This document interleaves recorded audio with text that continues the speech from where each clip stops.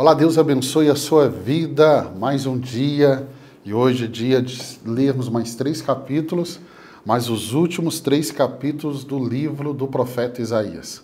Esse livro cristológico, esse livro que aponta para Jesus, mais ou menos 600 anos antes do nascimento de Jesus, Isaías está falando e profetizando sobre ele. E agora nós vamos terminar esse livro, capítulo 64. O capítulo 64 começa com uma declaração muito forte. Qual é o propósito de Isaías 64? O propósito é clamar a Deus por intervenção e confessar os pecados de Israel. Olha como que ele começa. Se rompesse os céus e descesse, os montes tremeriam diante de ti, como quando o fogo acende os gravetos e faz a água ferver. Desce para que os teus inimigos conheçam o teu nome, e as nações tremam diante de ti. Então, olha aqui como ele diz, se rompesse os céus e descesse. Tem uma outra tradução de se o Senhor rasgasse os céus e descesse. Então, esse capítulo começa com um clamor, e bem dramático aqui, para que Deus rasgue os céus e desça. E manifeste o seu poder e presença como nos tempos antigos. Pastor, por que essa expressão rasga os céus? Porque quantas vezes Deus veio, e veio com poder, veio com glória, veio derramando. Então aqui está Isaías levando o povo a dizer, olha, você pode clamar para que Deus faça novamente o que ele fez no passado. Deus pode fazer, Deus pode fazer, Deus pode fazer, Deus pode fazer. E aí o profeta ele vai reconhecer a santidade de Deus e como ele age com favor, em favor daqueles que esperam por ele. Essa mensagem, ela se repete, nós vimos ela muito no livro de Salmos, mas agora o profeta aqui do verso 5 ao 7, ele traz esse entendimento. Olha o verso 5. Vem ajudar aqueles que praticam a justiça com alegria, que se lembram de ti e dos teus caminhos. É muito interessante que a Bíblia sempre vai bater nesse ponto, para que eu e você não venhamos nos esquecer, como tantos na Bíblia chegaram a questionar a sua fé. Vale a pena mesmo servir a Deus? Vale a pena mesmo continuar na sua presença? E aí nós temos aqui, né, a Bíblia dizendo assim, olha, vem ajudar aqueles que praticam a justiça com alegria, que se lembram de ti e dos teus caminhos, mas, prosseguindo nós em nossos pecados, tu tiraste. Como então seremos salvos? Então você vê um pedido de ajuda e a razão de Deus ajudar, eles estão dizendo, porque eles andaram na tua presença. Pastor, mas não é graça de Deus? Sim, graça. A graça está sobre nós. O que é graça? É um favor imerecido. Mas o fato de Deus trabalhar com a graça, e Paulo diz, somos salvos por meio da graça, não é mérito nosso, não é mérito. Mas a Bíblia não tira a responsabilidade de caminharmos. E eu te explico isso falando numa linguagem que todos nós entendemos. É certo, de Deus não se zomba. O que o homem plantar, isso ele colherá. Quando eu ando, como diz o verso 5 aqui, vem ajudar aqueles que praticam a justiça com alegria, que se lembram de ti e dos teus caminhos. Ou seja, a pessoa está caminhando com uma vida bonita, semeando, ele vai colher. O capítulo 64, ele vai concluir com um apelo para que Deus, como Pai e oleiro, não se lembre eternamente dos pecados de Israel, mas olhe para a condição deplorável de sua cidade santa e resgate o seu povo. Então, do verso 8 ao verso 12, é esse pedido de resgate, e falando, Deus, não olhe para o pecado. E Deus é assim. O pecado, ele nos afasta de Deus. Nós vimos no capítulo 59 de Isaías. Mas todas as vezes que há arrependimento, confissão, abandono do pecado, Deus vem ao nosso encontro. Mas precisa haver arrependimento, confissão do pecado e deixar o pecado, para que eu e você possamos experimentar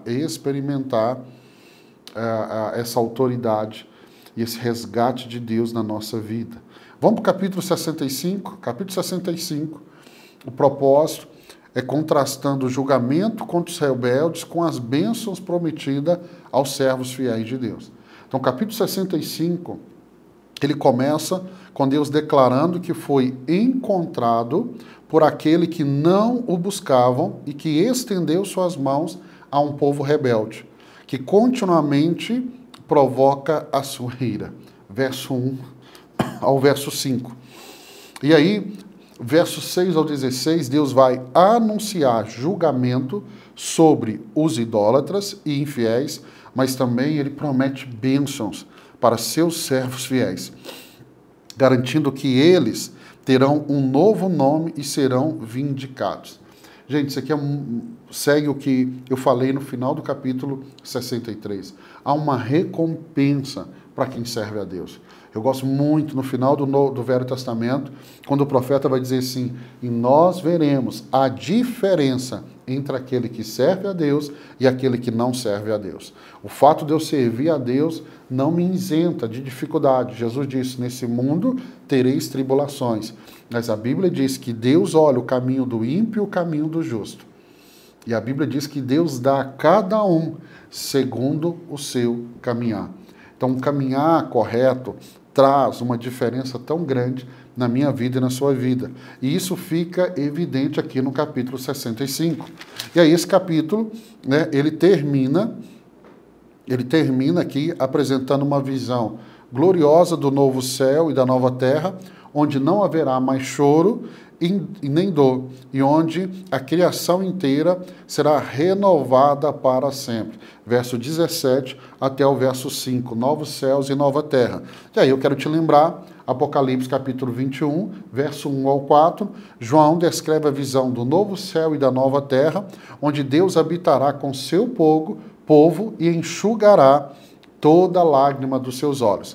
2 Pedro, capítulo 3, verso 13, Pedro escreve e fala da promessa de novos céus e nova terra, onde habita a justiça. Então, Isaías está profetizando algo que João, quando escreve o livro de Apocalipse, escreve essa revelação que ele recebeu de Deus, ele traz a confirmação de tudo aquilo que Isaías profetizou.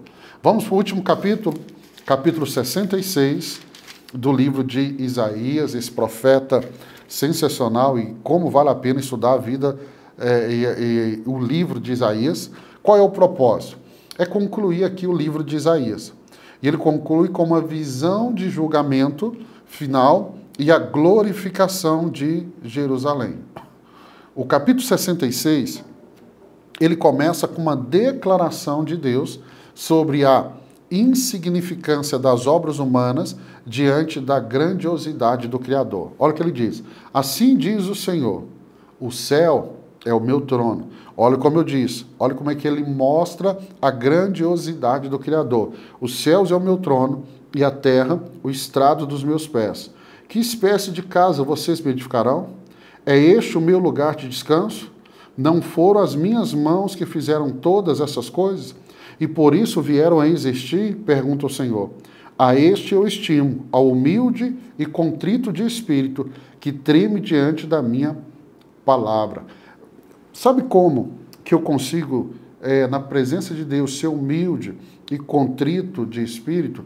Se eu tiver temor no meu coração. Temor, como eu já te expliquei em outras aulas, não é medo, mas é reverência. Reverência. E aí o verso 3, mas aqueles que sacrificam um boi é como quem mata um homem. Aquele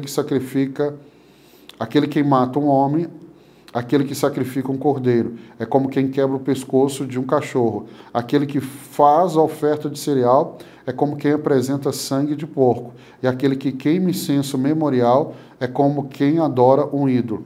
Eles escolheram seus caminhos e as suas almas têm prazer em suas práticas detestáveis. Gente, aqui é muito interessante porque aqui do verso 3 até o verso 6, o capítulo ele vai denunciar o culto hipócrita e anuncia que Deus trará julgamento sobre aqueles que rejeitam a sua palavra. Por isso que ele traz a ideia do sacrifício. Por quê? Porque o povo achava que poderia ir para o templo, fazer os seus sacrifícios, mas continuar com a vida toda errada.